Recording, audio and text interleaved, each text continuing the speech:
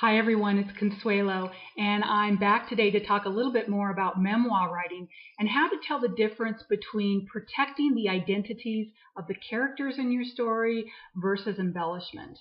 Now, I am not an attorney, I cannot advise you legally, but as a writer and an editor and somebody who develops manuscripts for a living, what I can do is give you some tips and guidelines of some things that you can do so that as you write your memoir, you really can walk that line between protecting identities and embellishment.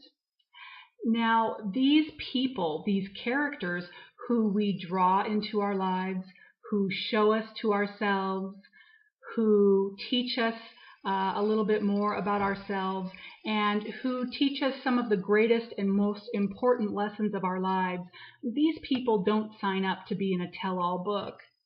Therefore, I believe that it is the ethical and moral responsibility of an author to change the identifying characteristics of the people in a memoir in order to properly protect these people's identities. Now, the great part is that you can change these identifying characteristics. You can protect people's identities without actually changing what happened to you. And what this does is it offers you a platform so that you can speak openly and honestly about what happened to you, so that you can be vulnerable with your reader and talk about what you went through and what you learned from all these experiences without hurting anybody else involved or without damaging the reputations of anybody else involved. Now, there's a lot of different ways that you can change identities. The first thing you can do, and the easiest thing to do, is simply change somebody's name. Another thing you can do is you can change somebody's profession or what they do for a living. You can change people's physical attributes and what they look like. Changing somebody's nationality is a great way to protect an identity, and you can even change the kind of car that somebody drives. If somebody's true to life identifying characteristics, if you want to keep those intact because they play into the storyline, one of the tricks of the trade is to change the geographical location of where something happened. Because by changing the location of where something happened, you're changing where something happened, thereby protecting somebody else's identity without actually changing what happened. Now, if you want to use somebody's real name in your memoir, you want to use their real identifying characteristics, this is perfectly acceptable as long as you get their express written permission to do this.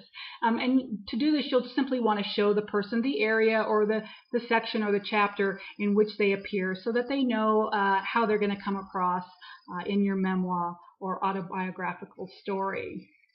Let's go ahead and move on to embellishment. Let's talk a little bit about what that is and what that looks like.